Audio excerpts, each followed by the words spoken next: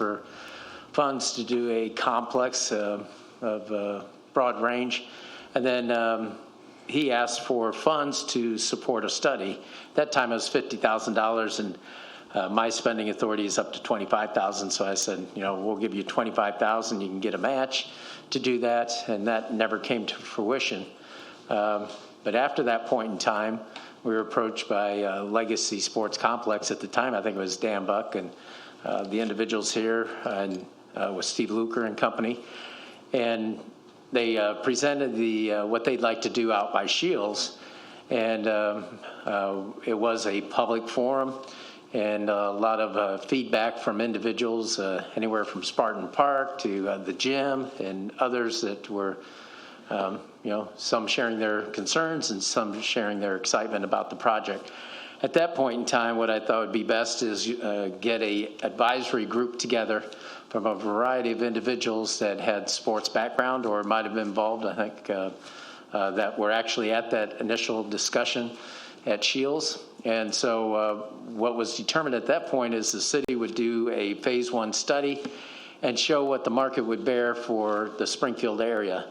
And that was phase 1, and it was about, and this is pre-pandemic, about $65 million sports complex, and they'll share the information with you, or have already.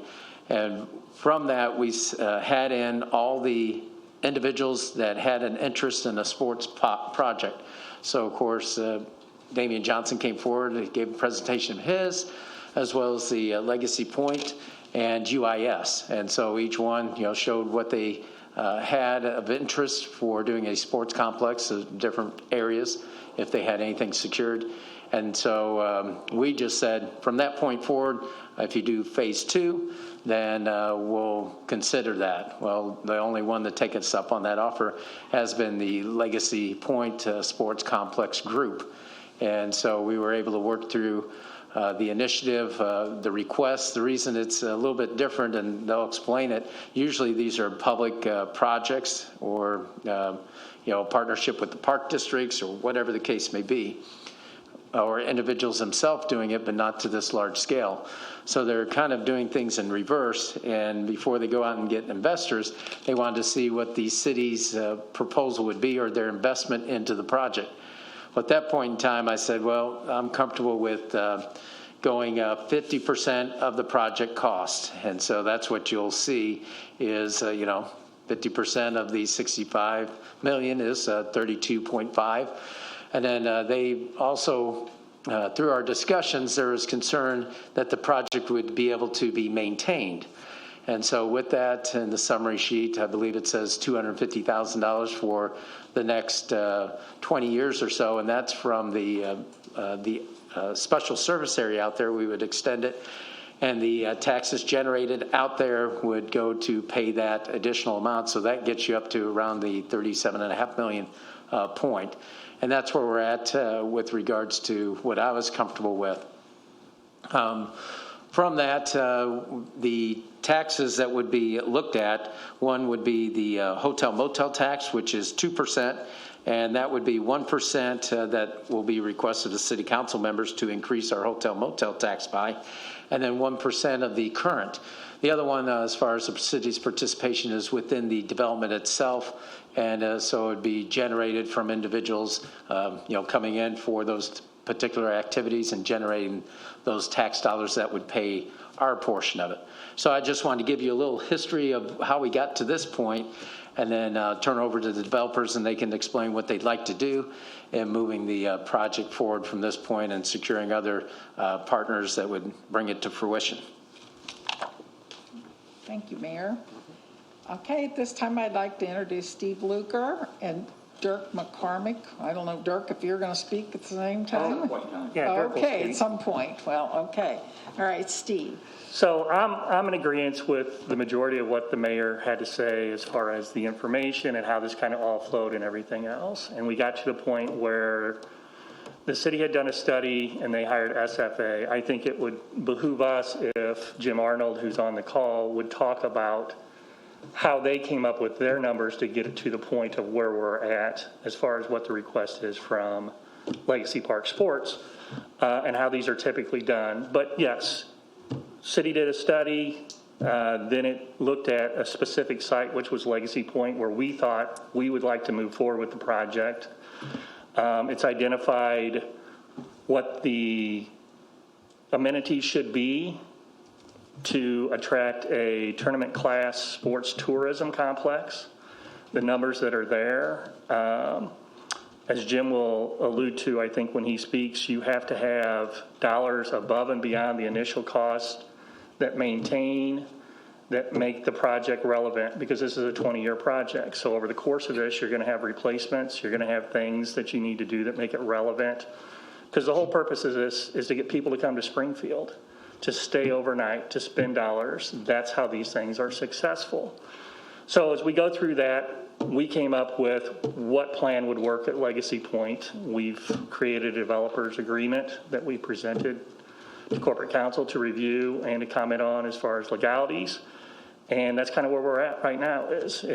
We're working through that process. I think the incentives that have been identified with the hotel motel tax, the sales tax, those are what necessary. It's not typical. Typical, as we've discussed or heard, cities usually own these, and then all the dollars are what goes to retire that and keep these relevant, because the big winner out of this is the city when it comes to the revenues that are created. Sports complexes in and of themselves are usually not very profitable. So if you guys want to have Jim get on here and kind of talk a little bit about how that would work, if that would be okay, that would work for us. Okay. Jim, are you able to join us here? Yes, ma'am, I am. How's everybody doing today? All right. Awesome. Well, it's a pleasure to meet everyone on here. I appreciate you guys having us. To Steve's point, I can introduce myself really quickly. I'm a partner with sports facilities companies. I have been involved in the development of youth sports complexes, such as the one we're looking at here, for now 18 plus years. Personally, I've worked with over $1 billion worth of projects, publicly funded, and then sports facilities companies. As a company, we have worked with over 2,000 communities since 2003. So this is what we live, eat, and breathe on a daily basis. And so we were brought in by Steve and Dirk when they first started looking at it. We completed a first round feasibility study, as I know you guys are all aware. And then as the funding piece started getting put together and the picture started to become clear of what this model would look like and what this partnership would look like, it started to become a bit unique in terms of not only the funding and the shared funding between public and private, which we don't often see in the private sector, but then also the long-term operations of, the operations going into the facility at risk. And so what we've been doing over the past 6 months on the sports facilities company side is continuing to update that original study that we did for a number of reasons. One, with the focus on, getting to operational profitability and sustainability, both from an operation standpoint on an annual basis, as well as a long-term basis with capital improvements over the years. But then also making sure we're updating numbers and visitation pieces throughout COVID. As the market changed, as the market reacted, and also coming out of COVID, what we're starting to see with customer behavior. So be more than happy to answer any questions that people have about, how we've funded these facilities in the past, the structure of public-private partnerships that we're seeing across the industry, both over the years as well as currently, and really any questions you guys might have along any of those lines. All right, fantastic. Val, anybody else that we want to hear from before we start asking questions? Did anybody have any questions for Mr. Arnold before we move on? Anybody on Zoom? So you want us to start our questioning now? Did you have anything specific for Mr. Arnold first before we move on and then get questions? No, I'll just do the general questions. I mean, something it might be that he would reply to, but. Okay, go ahead. All right, fantastic. Well, Sheila, if you have some, go ahead. We'll open to questions just to in general now. Mark, I've got a whole bunch, so maybe you should ask if anyone else has some, and then I can tick them off my list when people ask them. Sure, that's fine. How about anybody else have questions we can start with?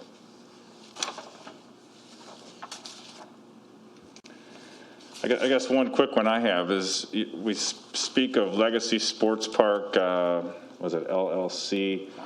Who is that and who owns it and so forth? Currently, Legacy Park Sports is owned by Steve and I. We anticipate prior to closing on construction financing that we will likely have additional members of the LLC. Okay. And then can we speak to a little bit to, I guess, how you see funding going, assuming we get things worked out with the city? I mean, it looks to me like this is about half of the financing. Correct. I understand that will come in over time. I assume that there'll be equity raised, or is it debt, or how does that work? Both of those things. Clearly, from our standpoint, this is the first hurdle, because as we move forward, we're going to be signing usage agreements, we'll be selling naming rights, we'll get sponsorships, we'll get equity investors, and we'll be raising debt. And the first question out of everybody's mouths when we meet with them basically is, where's the city at? You know, let us know when the city's in, come back and address that. But those are the sources that we have started initial conversations with and clearly have to get through. You know, this is a heavy lift. You know, we're looking at 50% of the project cost. Typically, these are 100% owned by municipalities, or if they're privately owned, typically you're seeing at minimum 70% kick in from the municipality.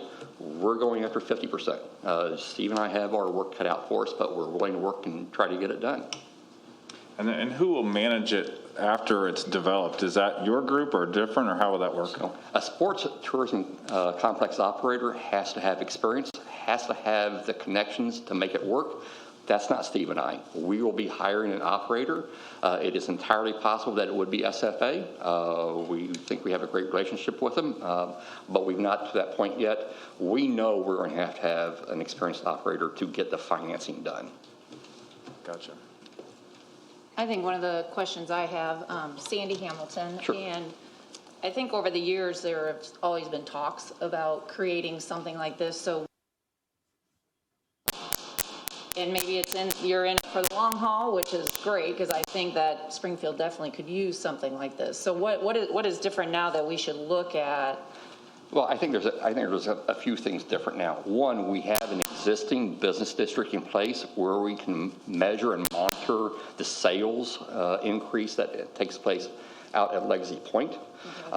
We have Shields, which would we believe benefit from having a sports complex behind them, and also creates a better anchor for the entire project, which we kind of refer to as a sports campus. We think we can create something here that competes in the marketplace that doesn't really have that. If you look at some of the other projects, there really isn't a place like this where you can park your car for the tournament if you want to, and you know, get a room at our hotel, get a room at other hotels. But during the day, it is you can come out there, you can play your games, you can go to the restaurants out there, you can shop out there, and when you want to leave, you can leave, right? So we think we're creating something different than in the marketplace. The reason why others haven't gotten it done is, quite frankly, they're difficult. The sports tourism complex marketplace is not one that cares about profits. It cares about putting butts in beds. And so we will be competing with municipalities who don't care about profits. That's why we have to have subsidies. Yeah. Did I answer your question? You did, Okay. and I had another one. Now I lost it. Let me let me think on that. Shields. When you said that you need to make sure that they have an extended lease there. Right. Shields is separate from this entity, correct? Like it's not all one. That is correct. They're separate. So Right. you need to deal with someone on that end to make sure that they Yes. are staying. Yes, there that's for a exactly while. right. Okay. Okay. Thank you. How about other questions? I have questions. Just staying with that, with the Shields thing, I looked at the blueprint, and I was just having a little bit of hard time trying to figure out where exactly this is. But is this west of Shields? Yes. Okay. And is that covered by the current tax, whatever it's called, special taxing arrangement that the Legacy, the rest of Legacy Point is? Yes, it is. Does it overlap? Yes, it does. So that would be part, that continues then, right? I mean, then that gets utilized for this as well. That business district has specific purposes, so it will not be used for the complex directly. If there is public infrastructure that we have put in for the complex, it would be reimbursed through that business district. Okay. For whatever reason, I can't see you. Is this Steve who's talking? I'm sorry, this is Dirk McCormick. Oh, Dirk. Okay, I'm sorry. I can only see, it says council chambers. I can't see who's there. I can see Mark, but I can't see who's speaking at the podium. So I had a number of questions. So I know that, and I did read all the materials. We did not get the developers agreement, so I have not seen that.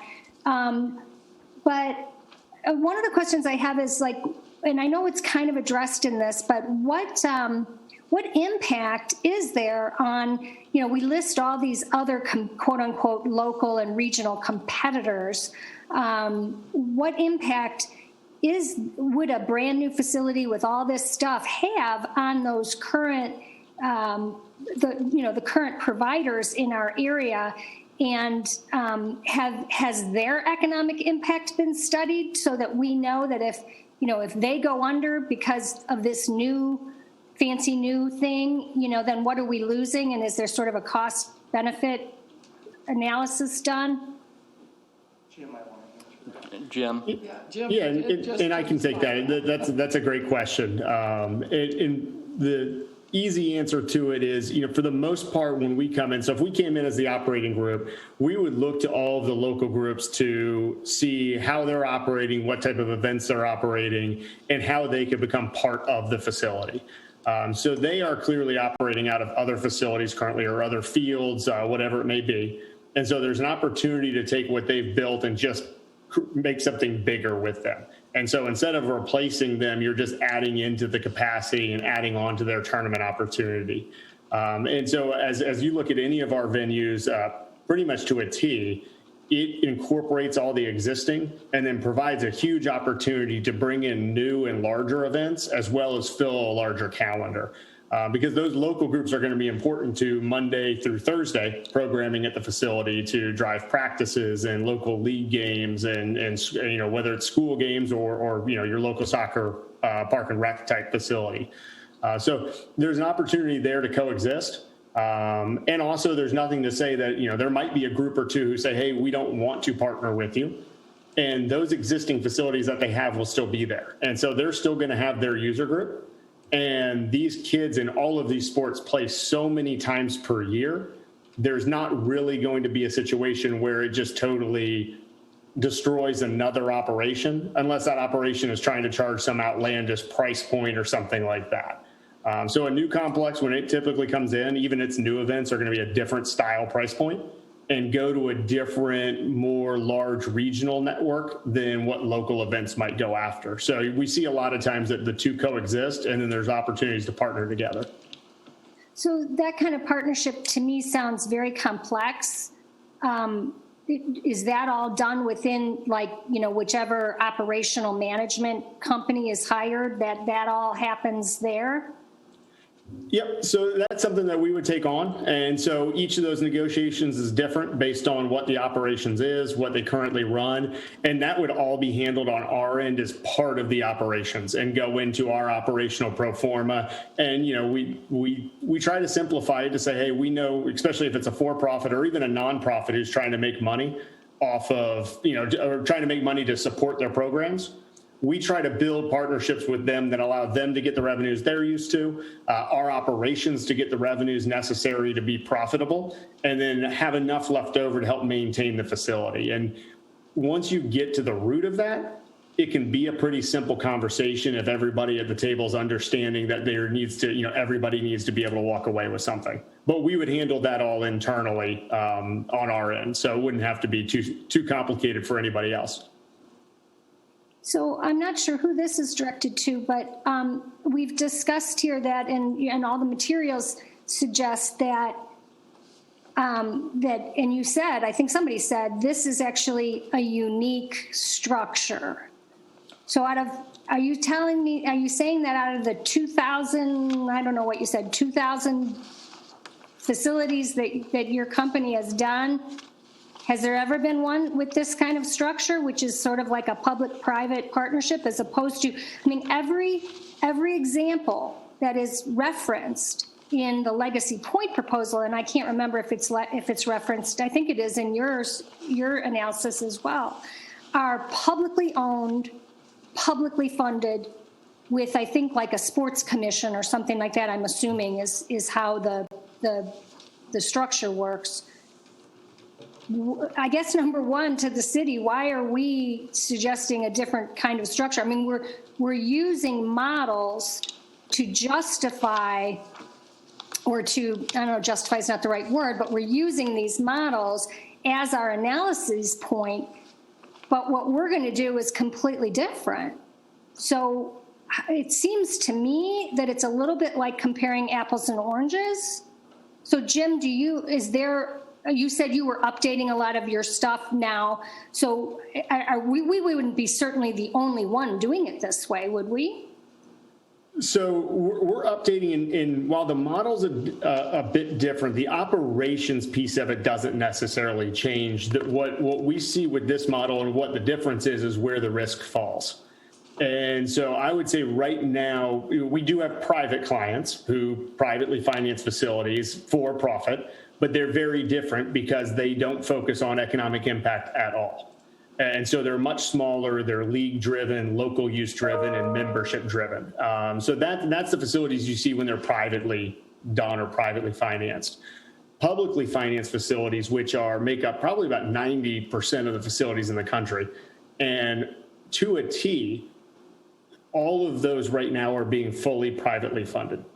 And so if you look at all the public facilities that we operate, not only do they have 100% public financing behind them through some type of bonding capacity, whether it's hotel tax, food and beverage tax, those are the two most popular right now, but they're also backstopping the facility operations. So in all of our public venues, we operate the facility on behalf of the public entity, but we operate it out of their bank account. For lack of better words, and it's fully transparent. But at the end of the day, the goal is always to, drive economic impact. Some communities have that is their only goal. So they say, hey, we'll subsidize this as long as we're hitting X number of hotel rooms. And so we set up our goals based on that. Others may say, hey, we need to be as profitable as possible, but still hit economic impact numbers. But at the end of the day, in each of those scenarios, at the end of the year, the amount of money those complex operations loses does come out of our public partners' finances. And so the difference you have here is you have one, again, a little bit unique in the standpoint of the financing structure of it in terms of being a public-private split, but very unique in the format that with private dollars going in, there's still the at-risk piece on the private operations. And so that is something and that's what we're updating. We're finding that balance between profitable operations while still making sure we hit the economic impact numbers that the public side expects. And that's the unique piece, is the balancing act, because really if we come in as an operating group, we're really delivering for two people. We're delivering for a private developer and driving people, good news is their goal is very similar to public's, get as many footsteps into that development as possible, hotels, restaurants, shopping, you name it. But then on the public side, we're also making sure that we're running programming that's going to deliver the economic impact expectations.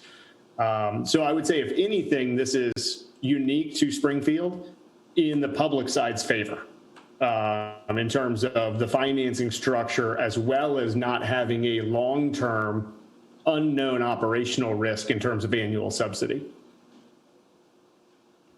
So if I understand you, is there a way to say sort of a percentage-wise in terms of where the risk falls? I mean, is it a 50-50 thing with this kind of a structure that we're suggesting?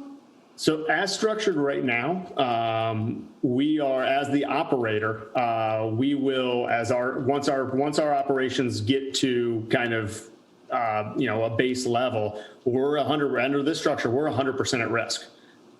So I've had in my entire career I've had 2 other projects that I've taken on operationally wise, and it was not with the sports facilities companies. It was with companies that I was with prior and started prior.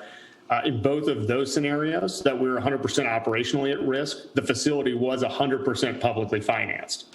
And so in this scenario, it's 50-50 on the financing, but we're still coming to the table with a plan to get to operational profitability, as well as, I guess, lack of better words, putting our money where our mouth is, in terms of if we make money, it's great for us as an operator, but if we lose money, it ultimately is coming out of the Jim Arnold and Partners retirement funds.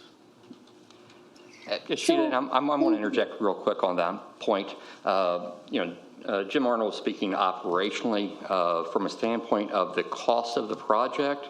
The developer is 100% at financial risk. The city is assuming no financial risk. Okay. The incentives that are outlined in your project summary,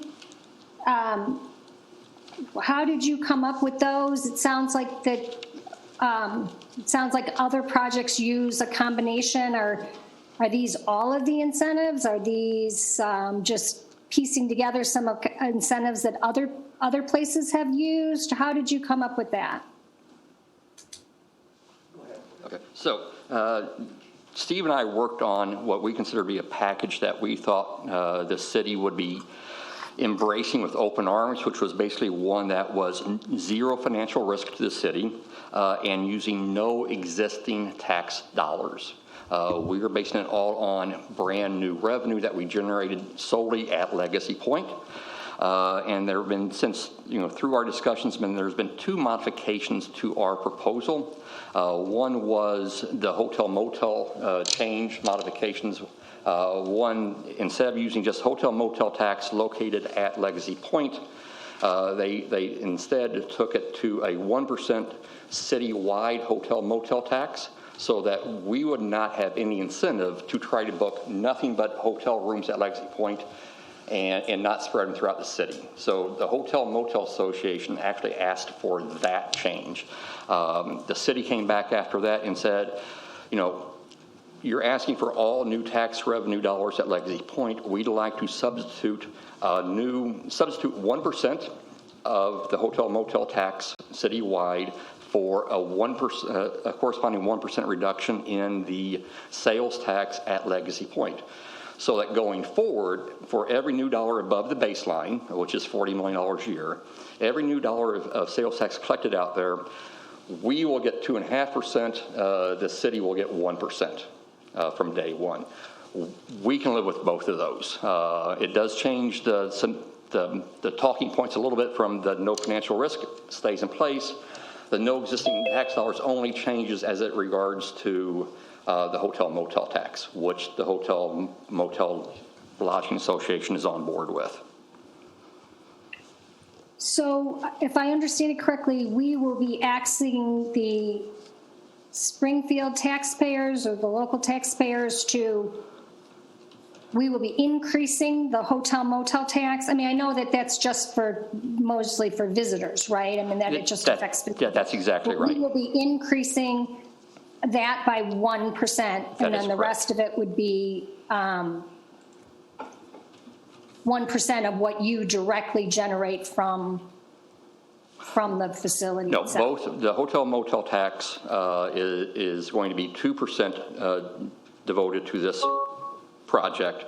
1% of it will be brand new, and like I said, the hotel and I think it's Lodging Association is on board with those changes. They want to see more butts and beds. They want to see their occupancy go up, and they believe this project does that.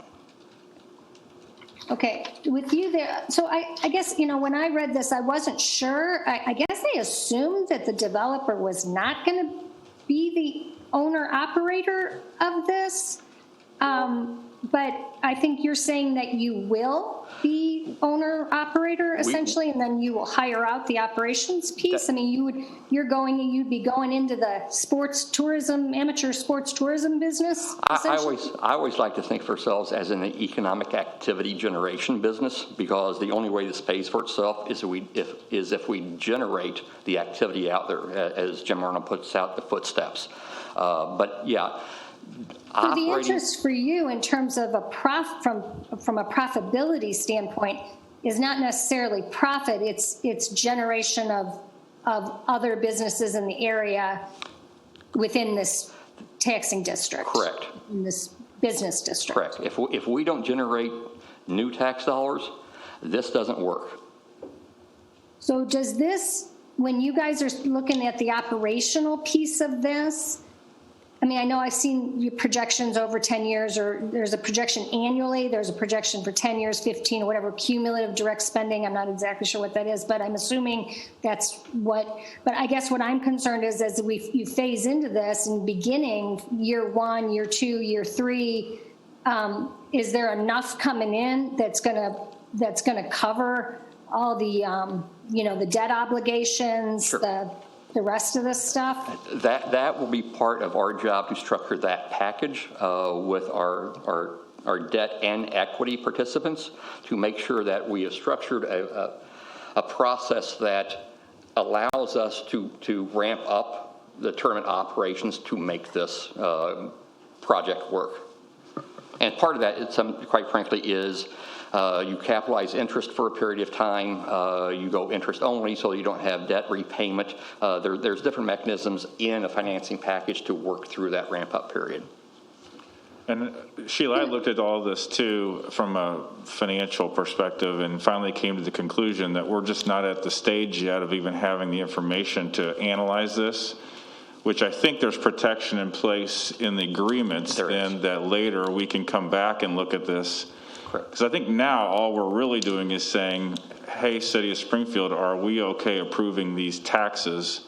We're not necessarily approving the project. Is that fair to say? Basically, that's correct. The developer's agreement does have a provision in there that gives the city final approval of the financing package. So they can see that they also have approval of the project itself when we come back with, this is what we're building, which we generally know today, but through this process it'll be tweaked a little, but we're coming back with that. We get reimbursed for project costs. The city has approval for all of those reimbursements to make sure that they are eligible project costs. So we've tried to craft an agreement that protects the city. We spend a lot of time trying to figure out how do we hand the city something that they can look at and say, yes, this works great for the city of Springfield. Guys, go to work and see if you can make it happen. And that's where we're at today. And because I would assume that I would like to see later, or someone, probably the alderman will want to see it. I'm sure Jim will be looking at it. Just understanding what the costs really are that are going into it, sure. Making sure that there's, we have a set of eyes on all that, and there's no way we can look at that right now. But yeah, because it's not a place. I mean, I think, Mark, from my standpoint, and I know that it's probably because I don't have the kind of experience that you do or others do with these projects, but that's exactly the part that causes pause for me always, is that we are obligating, we, not the Economic Development Commission, but ultimately the City Council, when it goes to them, we as a city obligate essentially this list of incentives, and we say that we're going to do all this stuff, but we're basing that on a lot of information that isn't even put together yet.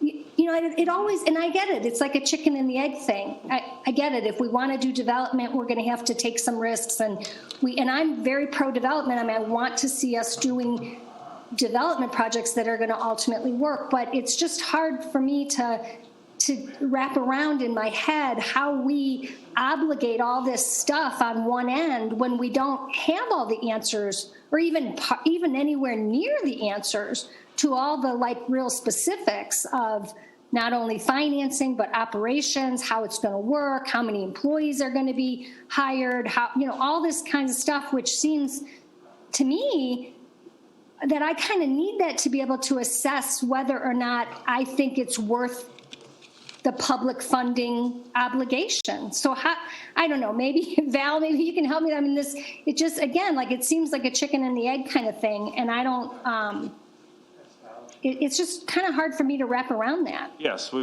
go ahead. We got someone's going to come up and talk. Good afternoon, Commissioners. I'm Ryan McCready, and I'm president of the Springfield Segment Growth Alliance. And I think she has a really valid question, and I can offer some explanation that hopefully will help answer that. In this situation, the way these projects have to go out for financing, it's difficult to have all those details right now.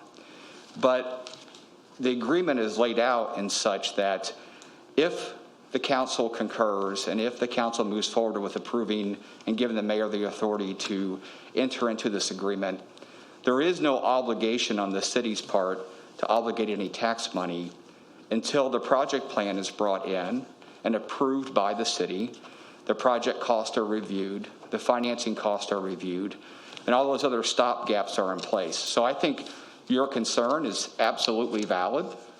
I feel like there's protection in that agreement.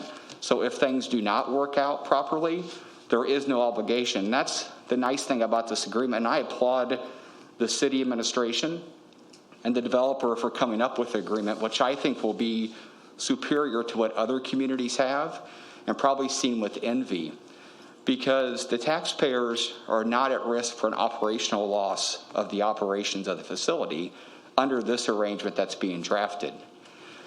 Many times, and most times, as you've heard, the governmental body will issue all the debt to actually finance and build the facility. And in doing that, they put the tax base of the community at risk for operational loss. Under this scenario, the economic impact will have to show up and generate more tax revenue before the city shares some of that extra tax revenue back with the developer. So the stopgaps that are in place right now, as far as the final definition of the project cost, the project itself, all those things, the city's going to have a number of places along the path there that's going to offer protection and approval for that.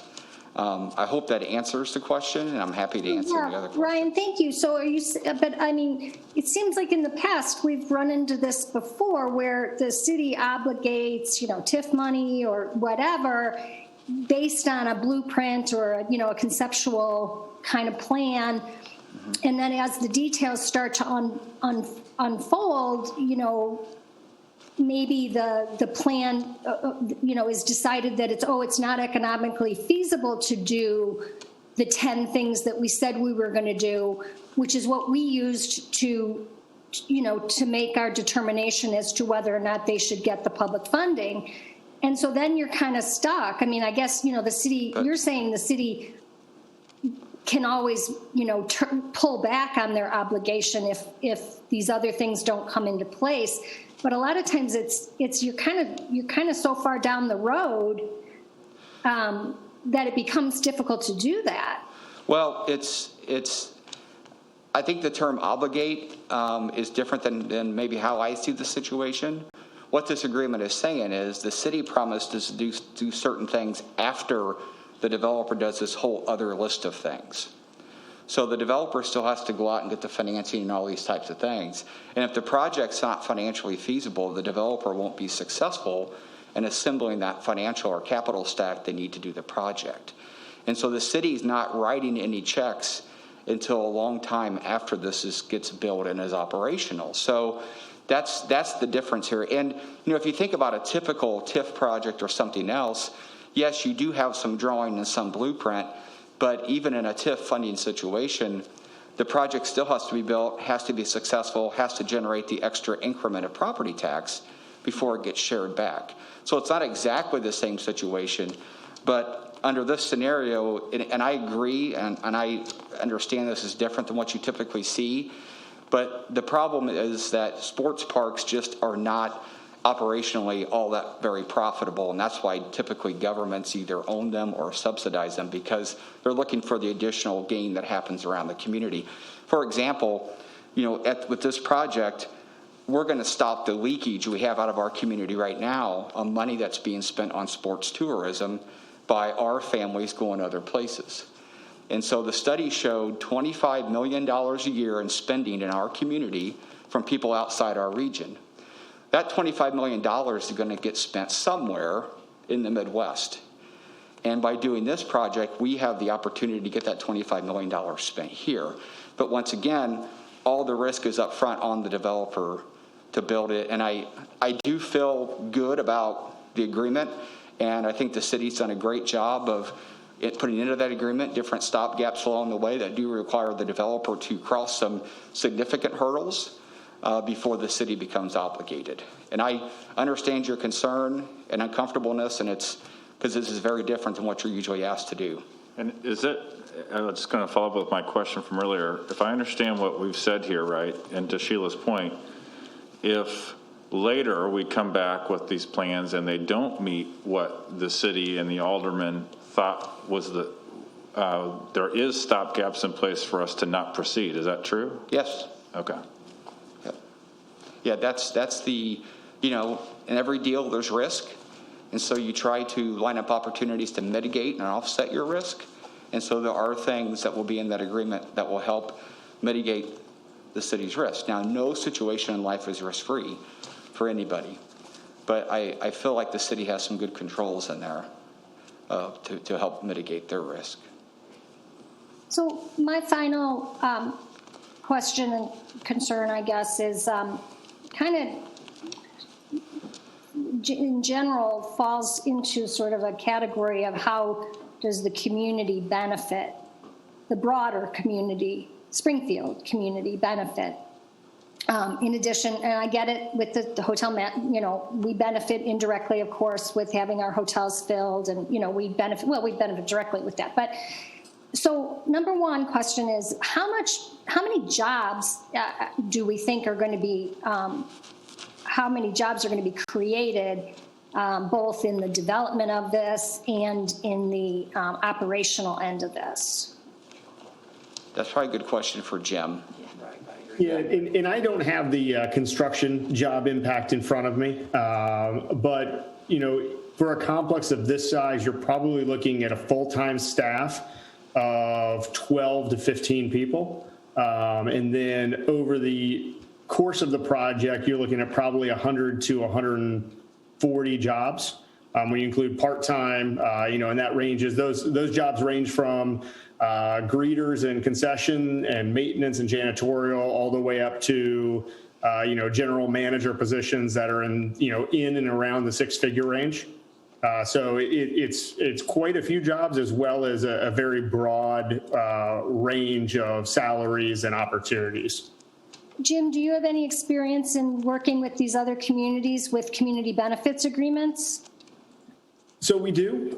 We have worked on projects where certain things are built in. It becomes a little bit more difficult from an operations standpoint to guarantee things up front because of the at-risk piece on the back end for operations. But with that said, I will tell you, just in our entire history, these projects are not successful if the local community is not bought in. And everything you just heard about, economic impact, the experience guests have when they come to a city needs to be great all around, from not only at the complex, but when they're at restaurants and they're at hotels, and to expect businesses to treat visitors well. If their kids don't have the opportunity to play at the venue, is asking a whole lot. So what you'll see across our entire platform is, tournaments that traditionally happen on the weekends. Our job, especially even more so driven by needing to be profitable, we need to have people in that facility Monday through Friday at all times. So we start looking at, during the day, senior programs, whether that's softball, pickleball, you name it, or conferences, shows, church services. And then in the afternoons and evenings, that's when local teams are practicing and local families are on site. We're constantly looking at, and that services the local demographic that's sports oriented. You have a lot of people in Springfield who don't, one, care, or two, are involved in sports. And so we're looking at farmers markets and movies in the park and car shows and anything and everything, festivals, Mardi Gras festivals, food or beer festivals, things that bring other people in to be able to experience the facility if they're not interested in sports. And then I think the last piece to this, even though there's so much more to talk about in terms of local participation, it is one of our values that we stand by. Is our industry as a whole has done a very, very poor job of making sports accessible. And, we strongly believe in, our mission statement is improving the health and economic vitality of communities. We believe in sports. We believe in these venues to make real change and difference in kids' lives. And so at all of our facilities, we develop what's called our access program, which through corporate donations and then additional fundraising opportunities provides funds to allow kids who most likely wouldn't get an opportunity to play at venues like this, not only access to it, but prominent access to our programs and our venues. And so I kind of tell everybody it's overarching idea, but we want to make sure that our venues are successful, one, so they can be around and so they can be sustainable over the long term. But then secondarily, we want to make sure that regardless of socioeconomic background, demographic background, or really even physical or mental capabilities, you have the opportunity to engage with our facilities. And without that, we can't be successful as a company. So I appreciate that, and that's certainly something of really great concern for me personally. But in addition to that, it's the actual economic impact and I think what the developer said, the potential for business development, et cetera. And as we know, many of us know, the original proposal that Damian Johnson with his Star Village that he's been pushing for, 6 or 8 years now. And he originally brought that to me many, many years ago, and I had concerns over it. He and I have spoken about that I was concerned about its size. But the thing about that proposal is that it was going to be placed in East Springfield. I mean, that was the goal. And so not only would you have access for low-income kids and all of that kind of stuff, but you would actually, if we're saying that you are going to see business development and restaurants and hotels and, all that kind of stuff, but that was going to be in East Springfield. So now this proposal puts it in the central part of our community, which is, or you could call it the west side, and very close to Chatham, let's face it.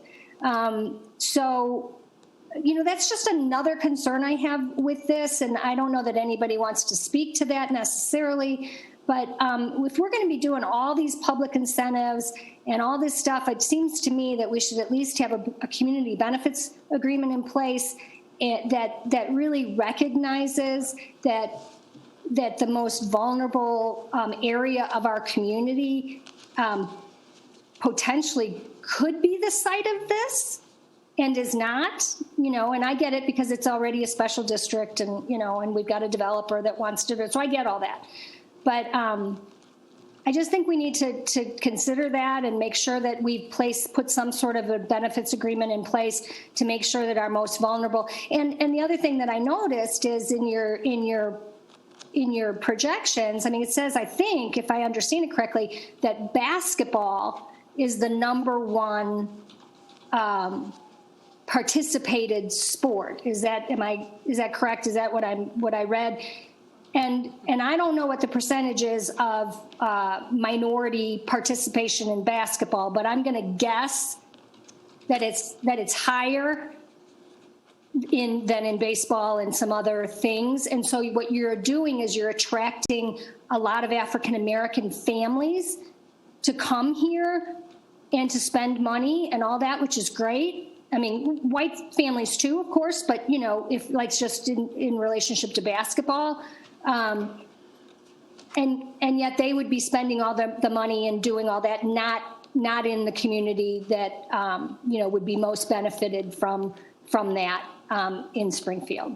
Sheila, just kind of to follow up with that just a little bit, I think Scott Dahl could maybe address some of these things that we're talking about just a little bit. Scott, have you got?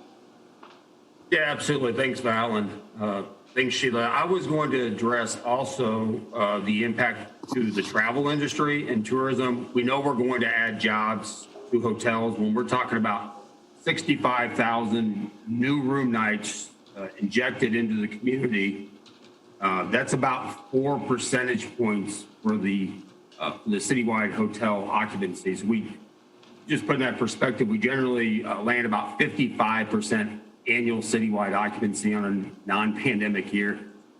We would crest and we would be moving towards that 60% mark, which has been our goal, get the city to 60, besides having sports tourism and the facilities. So put that more perspective, that's about $400,000 in new hotel tax revenue generated by a new market. So we know the hotels would have to add staff, and that would add jobs to the travel market as well. From the community aspect, absolutely quality of life for the community, and we know that the student athletes will have an opportunity to practice and compete on world-class facilities. And I think that this facility will touch every single ward. Jim also talked about this state of play where it's different because this will impact every hotel in the community as well. We know that tournaments ask for rebates, but many times they're limited to just 2 or 3 hotels. Anybody that's traveled on a sports team or a sports tourism knows that you must pick between 2 or 3 hotels. In Springfield, that will be different. That will be available to all the hotels to offer and build the rebate into their rates and to be able to book throughout the city. So that economic impact and community impact will be felt in every single ward in the city. Thank you, Scott. Thank you, Mark. Yeah, Right, and thanks, Sheila. Scott, that brings up a great point. I think is 2 things important to look at, especially when talking about hotels and also focusing where people are spending money, especially if we're close to Chatham and other, trying to keep leakage from going outside of the city. And one, the cool part about these projects is our hotel rooms are traditionally going to come in Friday, Saturday, Sunday, which is really where hotels for the most part struggle. So these extra points and extra capacity percentages you're getting are actually going to be above and, for the most part, will be above and beyond rather than just simply replacing other room night usages. And then the second piece of that is exactly how we run our events. And so we work with event operators. We also will run at this facility some in-house programming where we control the events. And we've built all of our venues, we build very close relationships with our hotels. And so there's the opportunity, even though not the traditional state of play, what we're able to develop and also maintain is still keep all of the room nights inside the community. So if we look at Sandusky, most recently a good example, we ran about 60,000 room nights into the Sandusky facility. That room count was only room nights captured inside the county, which the county was the funding mechanism for that project. So we only counted economic impact that we tracked and was held inside the county by proven room nights. And that's done in a model where every weekend, what we'll do is we'll work throughout the city. So different weekends will feature different hotels so that hotels don't have their inventory held out there and not taken advantage of. But a big important piece of this will be making sure that every hotel that wants to be a part of the sports complex has their rooms included in the list of where people can stay. Because not only does that make everybody involved, the tax makes sense for everybody, but then we can also track exactly how many room nights we're driving on an annual basis. Thank you. Okay, is there any other I'll come to you in just a second. But Go I just ahead. wanted to Sorry. get questions from any of the other committee members. Yeah, I have a quick question. Can you clarify, I'm looking at your contingencies, in particular, item H, which addresses the school district boundaries. I know we obviously have a boundary going right through that area. As I read that, it says, if possible, all building structures shall be constructed within 186 boundaries. Can you clarify on that? And am I crazy looking at the map? It does not appear the way the original drawing is that would be the case.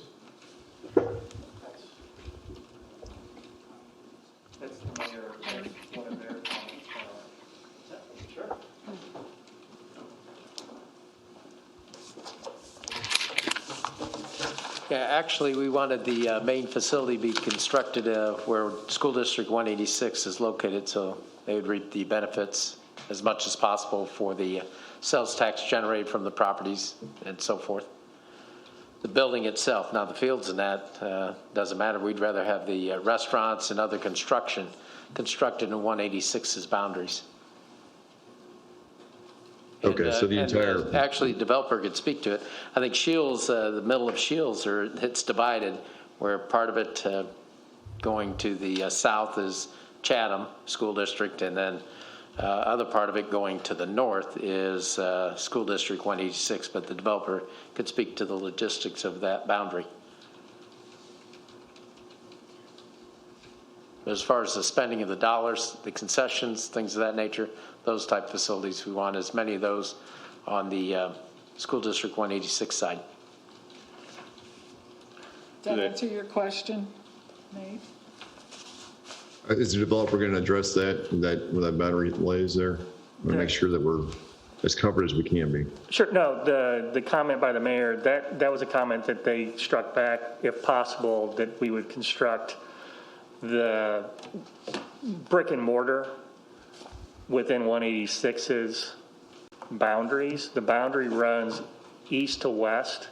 It takes in about maybe a third of Shields building to the south. Yeah. And so everything else is to the north. In the design of this, they've asked when we get the final design, which we're in the process of, that the brick and mortar of most of these buildings where the high property tax would be and the sales tax would be located in 186. And we said, we'll do our best.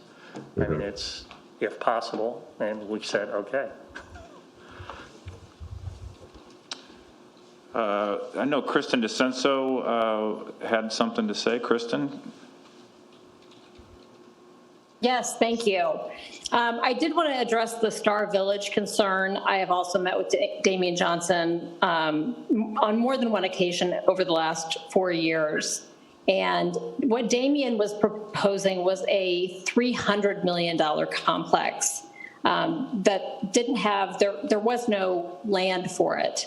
So what he was proposing is something very different than what this is. You know, Damien's kind of moved on to some other things. I'm sure he would still love to see Star Village become a reality, but this is something that can actually happen now. So I think we need to definitely get behind it and try to support this. Springfield, we need a win right now. This is post-pandemic. This is the one thing that hasn't stopped during this pandemic is sports tourism. If anything, it's increased. My son doesn't travel around to play sports, but a lot of my friends have kids that do, and they have still been going every weekend, year-round, to other states where they could play. So I just think this is an opportunity we cannot afford to pass up on. And it's not structured like a TIF agreement. It's not structured like anything else. So we are not losing money on the front end at all. We're not losing money, period. But there's no money coming out of our pockets to get this thing going. There is a PLA in place. There's a developers agreement in place. This positions us very well. Bottom line, it's up to the developers to get this off the ground. And, you know, if they can, and if that happens, then this is a win for everybody. Thank you, Kristen. Any other questions from the committee members? Ryan, did you have something you wanted to add? No, Alderwoman covered it. Okay, great. Okay, any other comments? Mr. Chairman, just briefly. Oh, yes, sir. Just one of the things I did want to point out, there are a couple of substantive issues that the council will deal with on project cost issues. You know, that's a separate matter from the commission. The other item I just wanted to also mention, the mayor kind of alluded to this, and Steve has brought this up, I think, repeatedly. So just to really talk about, not only is there the issue with the activity of the sports complex itself, but this entire plan really triggers or hope to triggers additional development at Legacy Point. That is the entire backside of this entire situation that, absent that anchor, used to be the issue with the potentially like an outlet mall, those type of things, that this activity could nicely segue into completing the development. So the backside of this is the potential for massive backside development, which is really the source of the the hopeful tax revenues. So in a way, you're getting, I would use a word kind of 2 for 1. You're not only getting the potential of the sports tourism, but it could likely, and the plan is that through the developers' efforts and so on, trigger the rest of the development in the project. So think of it as doing 2 things simultaneously, both that are very much in the public interest to do so. Thank you, Jim. Okay, any other comments? See if there's any comments on from the Zoom. And from Zoom, does anyone have any comments? I think we are seeing none. Well, is there a motion?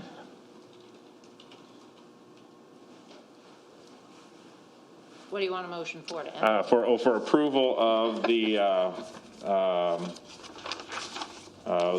proposal for the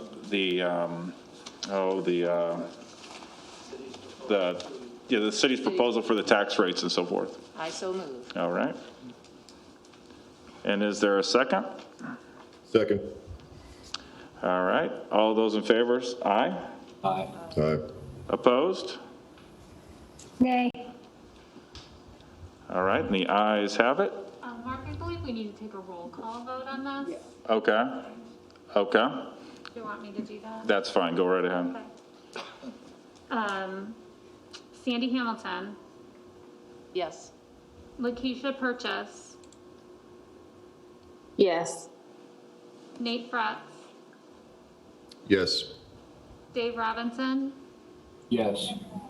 Sheila Stock-Smith, No. Mark Vance. Yes. Okay, that's 5 votes for the motion and 1 against. All right. And the motion carries. Is there any old business we need to go over?